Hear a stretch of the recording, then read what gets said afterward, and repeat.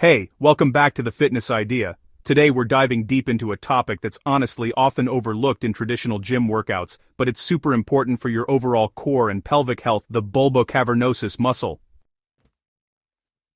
So, this muscle is also known as the bulbospongiosus, and it's actually a key component of your pelvic floor. Whether you're an athlete who wants to improve explosive power, or maybe just someone interested in better internal health and stability, understanding how to strengthen this specific muscle can really make a significant difference in your physical performance.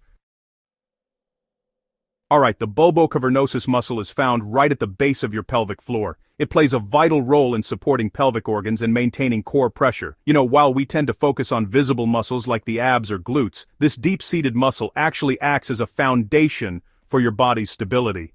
Strengthening it isn't about lifting heavy weights, it's really about neuromuscular control and targeted contractions that help improve blood flow and muscle tone in the pelvic region.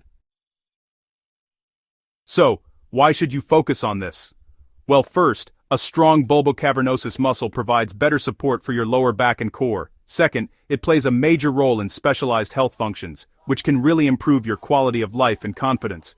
By performing these exercises regularly, you're essentially biohacking your body to function at a more efficient level.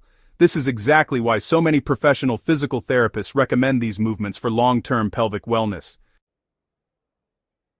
To begin strengthening this muscle, you must first learn how to isolate it. Imagine you're trying to stop the flow of movement internally without using your stomach or thigh muscles. Start by lying on your back with your knees bent. Take a deep breath in, and as you exhale, gently contract the muscles at the base of your pelvis. Hold this for about 3 to 5 seconds, then release slowly. Oh, and it's important not to hold your breath during the process. You can also incorporate this into a bridge pose by lifting your hips while maintaining that internal contraction for added resistance.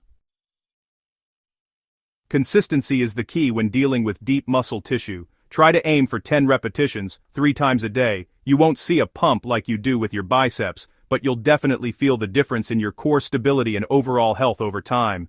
If you found this guide helpful, make sure to hit the like button and subscribe to the Fitness Idea for more science-based health tips. And hey, let us know in the comments if you want a follow-up video on advanced pelvic floor routines.